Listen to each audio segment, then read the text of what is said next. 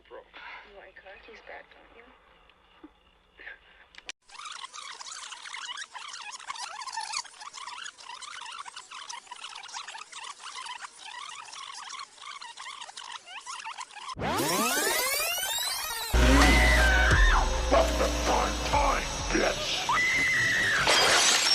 Hello and welcome to Primetime Bitch! C'en est fini des nuggets contaminés et des enfants zombies. Aujourd'hui, je vous propose un programme encore plus foutraque. Une œuvre complètement barrée qui m'a littéralement laissé bouche bée quand je l'ai découverte pour la première fois. On est presque à la moitié du calendrier et je n'en reviens pas de ne pas avoir encore proposé de comédie musicale zombiesque. Eh bien, c'est parti. On va vite remédier à ça puisqu'aujourd'hui je vais vous parler de l'un de mes chouchous en la matière, La Mélodie du Malheur de Takashi Miike. Une auberge, des cadavres, beaucoup de cadavres et puis quelques chansons pour agrémenter le tout. C'est ce qui vous attend avec La Mélodie du Malheur.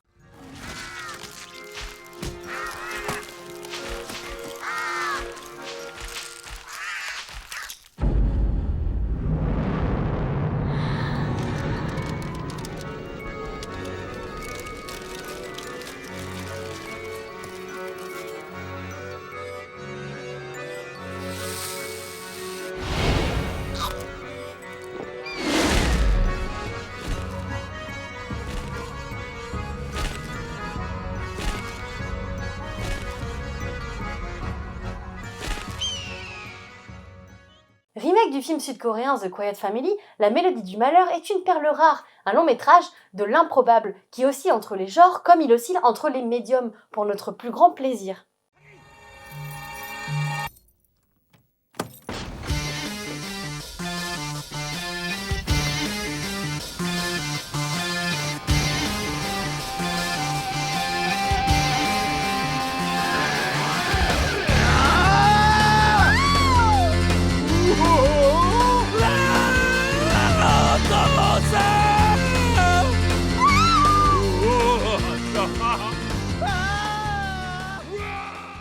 Le film raconte le quotidien de la famille Katakuri, alors qu'elle vient d'ouvrir un refuge dans les montagnes. Cependant, les clients meurent un à un et ne semblent pas vouloir passer la nuit dans leur auberge, eh bien sans mourir.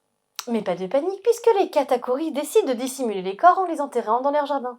Un pitch qui ne transpire pas la moitié du foutraque du long métrage de Takashi Miike, le tout baigné dans une comédie musicale surréaliste, ce qui n'est pas pour me déplaire.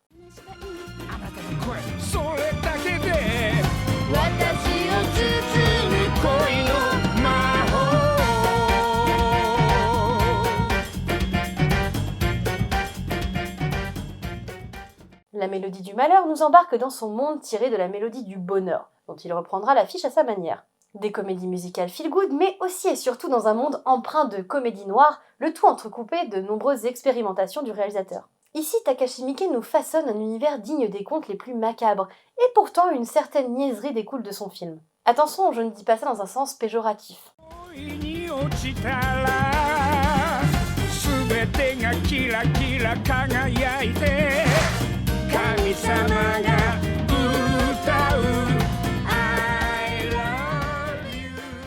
En bref, La Mélodie du Malheur est une œuvre expérimentale qui vaut vraiment le coup d'œil. Et au milieu de toute cette folie, Takashi Miike nous dressera le portrait d'une famille aimante et attachante. Une famille qui, malgré tout, ne baissera jamais les bras et restera toujours soudée, malgré les mésaventures maléfiques qui semblent s'abattre sur eux et l'accumulation de mauvaises décisions. De plus, l'utilisation de la colorimétrie pour appuyer le côté féerique du long métrage, qui est aux antipodes du macabre et du drame qui se joue sous nos yeux, ne fait qu'appuyer mon amour pour ce film.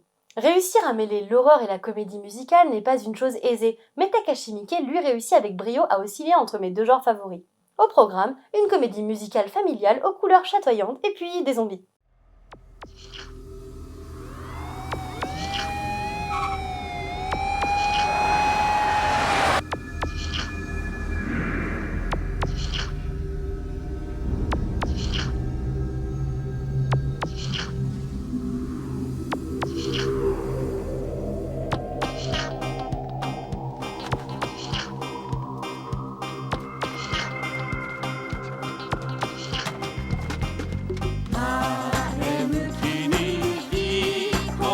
Okay. Okay. よそ見したっていいのさ Oh? 立ち止まってもまた歩き出す Et c'est le moment moment de passer à la carte blanche du jour. Aujourd'hui, c'est au tour de Marie et Franck de la chaîne À regarder dans le noir de nous donner leur carte blanche. Salut à tous, je suis Marie. Je suis Franck, de la chaîne À regarder dans le noir. Veuillez excuser mon teint blafard, j'ai une méchante gastro. Alors sur notre chaîne, on parle de films de genre, donc de films d'horreur, de films fantastiques, que ce soit des films récents où on va faire des chroniques, des critiques même face cam, mais aussi des films plus cultes où là on va faire un petit peu plus d'analyse. Ce soir, à l'occasion de cette carte blanche, d'ailleurs au passage on remercie Mylène, nous allons vous parler du jeu de plateau, aux surprises, Zombie. À ne pas confondre avec Zombicide.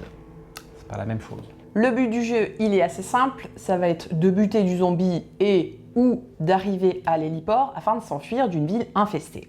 Enfin, peut-on vraiment buter un zombie vu qu'il est déjà mort? À méditer. T'en sais quelque chose? Pour cela, il va falloir faire les bons choix, il va peut-être même falloir se battre contre nos camarades de jeu, puisque le premier arrivé à l'héliport ou le premier à avoir tué 25 zombies gagne la partie. Le plateau du jeu est composé de tuiles représentant une ville, ses bâtiments, etc. Sur les tuiles nommées précédemment, nous allons donc disposer des petites figurines représentant les zombies. Seront également nécessaires à la progression du jeu des jetons vie, des jetons armes. Votre personnage, quant à lui, sera matérialisé par une petite figurine de couleur. Des cartes seront également nécessaires à la progression du jeu. En début de partie, chaque joueur se voit attribuer évidemment un personnage, mais également des jetons vie, des jetons cartouches, ainsi que 3 cartes événements. On place pour commencer la tuile centre-ville, on met les joueurs dessus, et en fait après, on ajoutera les autres tuiles au fur et à mesure de la partie. Faut pas qu'ils soient trop grands les joueurs pour rentrer sur la tuile. À chaque fois qu'un joueur exécute un tour, il place une tuile qui agrandira le plateau de jeu au fur et à mesure. Bien évidemment, la tuile héliport est placée tout au bout de la pioche de tuiles. Pour battre un zombie présent sur la case du joueur, il faut faire un 4, un 5 ou un 6, sans quoi le joueur devra utiliser un jeton vie ou un jeton cartouche. Ensuite, il pioche une carte événement et puis ainsi de suite, il continue sa partie. Ce qu'il faut savoir également, c'est que quand un joueur meurt, il ne disparaît pas du jeu, il revient juste au début du plateau et il recommence tout depuis le début. Les parties peuvent s'avérer longues et le plus beau dans tout ça, c'est qu'il existe plusieurs extensions pour jouer jusqu'au bout de la night. Et là, vous allez sûrement nous dire, peut-on jouer à Zombie en famille avec ses enfants? Non. Par contre, il existe un autre jeu qui n'a rien à voir avec celui-ci, mais qui met aussi en scène des zombies, avec lequel vous pouvez jouer avec vos petits enfants, à savoir Zombie Kids. Et c'est vachement bien parce que ça se passe dans une école. Allez au passage faire un tour sur notre chaîne, vous allez voir, normalement on est des gens normaux. Salut! Merci Marie et Franck pour cette carte blanche. Et n'hésitez pas à me taguer avec l'hashtag Welcome to Halloween Mood si vous visionnez La Mélodie du Malheur, et à demain pour une nouvelle vidéo.